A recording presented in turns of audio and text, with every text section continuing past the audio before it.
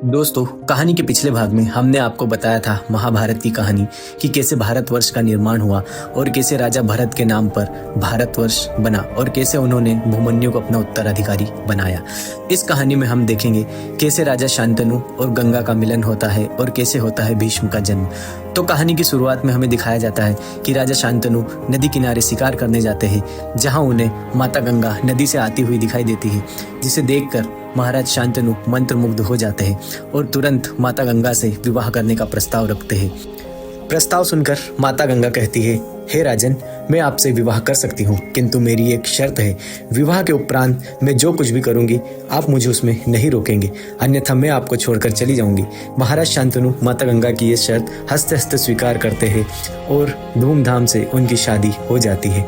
विवाह के उपरांत जब उन्हें पहला पुत्र होता है तो उन्हें माता गंगा ले जाकर नदी में विसर्जित कर देती है और यह दृश्य शांतनु दुखी मन से देखते रहते हैं, क्योंकि उन्हें अपना वचन दिया हुआ याद आ जाता है। इसी प्रकार माता गंगा ने अपने एक एक करके 7 पुत्रों को नदी में विसर्जित कर दिया, किंतु वचनबद्ध महाराज शांतनु उनसे कुछ नहीं पूछ सके। जब 8वें पुत्र की बारी आई तब महाराज शांतनु ने पुत्र मोह में माता गंगा को रोक कर कहा कि हे प्रिय, रुक जाओ, तुम ऐसा क्यों कर रही हो। तब माता गंगा ने बताया कि हे महाराज, ये जो 8 पुत्र है, ये 8 पुत्र वसु है, जिन्हें महर्षि वशिष्ठ ने मृत्युलोक में जन्म लेने का श्राप दिया था और मैं तो इन्हें श्राप मुक्त कर रही हूँ, किंतु लगता है इस 8वें पुत्र की बारी अभी नहीं आई है। हे राजन, वचन अनुसार मैं अब आपको छोड़कर जा रही हूँ, किंतु यह पुत्र आपको सौंप कर जा रही हूँ। इतिहास इसे देवव्रत के नाम से जानेगा।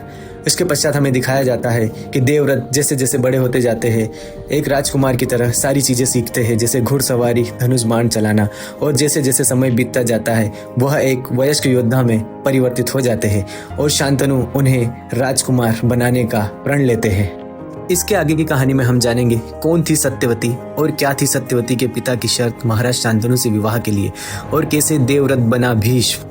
अगर आपको ये जानकारी अच्छी लगी तो प्लीज़ चैनल को सब्सक्राइब कीजिए, लाइक कीजिए और कमेंट कीजिए। हम आपके लिए इस तरीके की जानकारी लाते रहेंगे। जय श्री राम।